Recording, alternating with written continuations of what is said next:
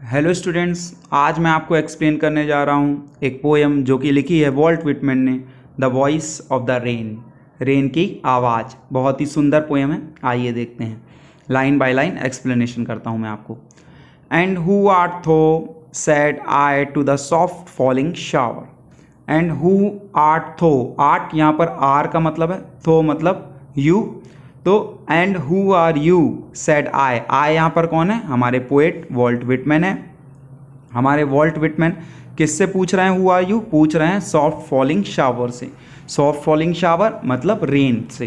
तो first line में हमारे जो पोएट हैं वो रेन से पूछते हैं दैट हु आर यू, तुम कौन हो?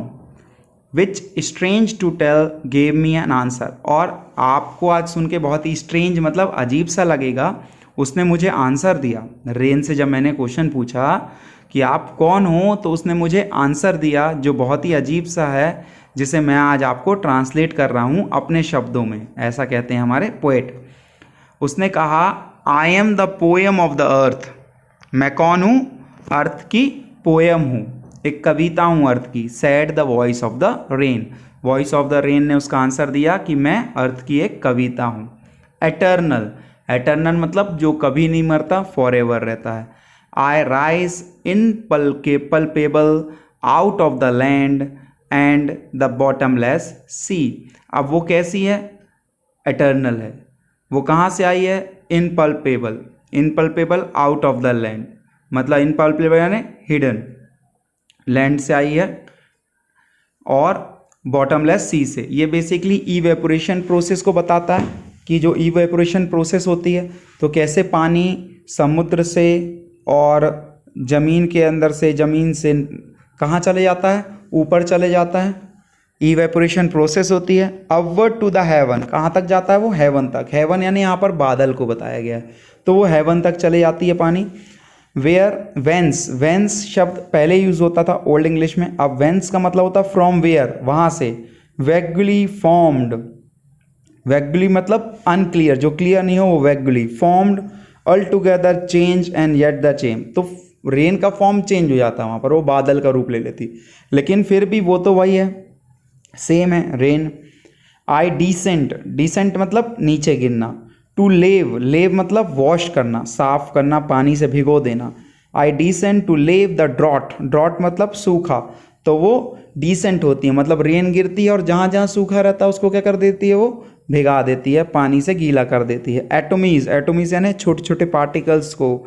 Dust layer of the globe, और इस ग्लोब में, इस अर्थ में जो भी डस्ट पार्टिकल है उनको भी वो क्या कर देती है?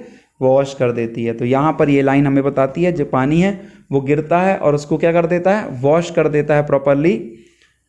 And all that in them without me were seeds only latent and unborn, और मेरे बगैर क्या होगा? वो केवल क्या है?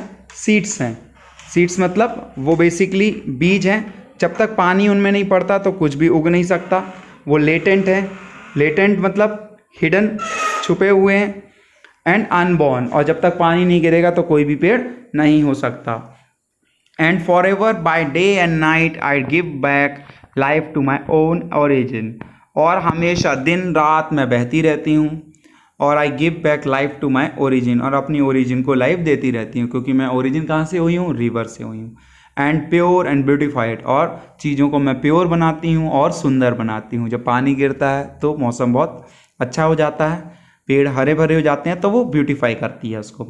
For song issuing from its birth place after fulfilment and wondering ragged और अनरेग्ड ड्यूली विथ लव रिटर्न्स। तो यहाँ पर जो पोएट है हमारे अपनी खुद की वो साइकिल बता रहे हैं। यहाँ पर तो जो रिवर थी उसने अपनी वाटर साइकिल बताई कि कैसे वो आती है, फिर ऊपर पानी कैसे ऊपर जाता है इवेपोरेट होके, फिर कंडेंस होता है और फिर नीचे गिर जाता है। यहाँ पर ऑथर बताते हैं फॉर सॉन्ग, जो गाने हैं वो इशू होते हैं अपने बर्थ प्लेस से, मतलब सिंगर से। सिंगर एक गाना स्टार्ट करता है, फिर फुलफिलमेंट होता है, वो गाना स्टेज में गाता है। फिर वंडरिंग, फिर वो वंडर होता है। रेग्ड और अनरेग्ड, कोई लोग सुनते हैं कई लोग नहीं सुनते हैं। रेग्ड मतलब केयर करते हैं, अनरेग्ड कुछ केयर नहीं करते। ड्यूली विथ लव रिटर्न, और लास्ट में उन्हें क्या मिलता है, वो अच्छा गाना गाते हैं तो अवार्ड मिलता है। तो ये उनकी एक सिंगर की मोटरसाइकिल, अपनी सॉन्ग की मोटरसाइकिल उन्होंने बताई। किससे कंपेयर की अपने सॉन्ग की मोटरसाइकिल को, रेन की मोटरसाइकिल से। तो उम्मीद करता हूँ आपको पोएम समझ में आई होगी, बहुत ही अच्छी पोएम है। इम्पल्पेबल यहाँ पर वर्ड यूज हुआ था जिसका मतलब था can not be touch, the things which can not be touch is said to be impalpable. Lave, wash, bathe, atomies very small particles, atom word से बने हुए, लेटेंट मीन्स हिडन। तो ये आपकी पोएम थी, उम्मीद करता हूँ आपको समझ आई होगी। फिर भी कहीं कोई कन्फ्यूजन हो सो आप मुझसे पूछ सकते हैं। Thank you very much.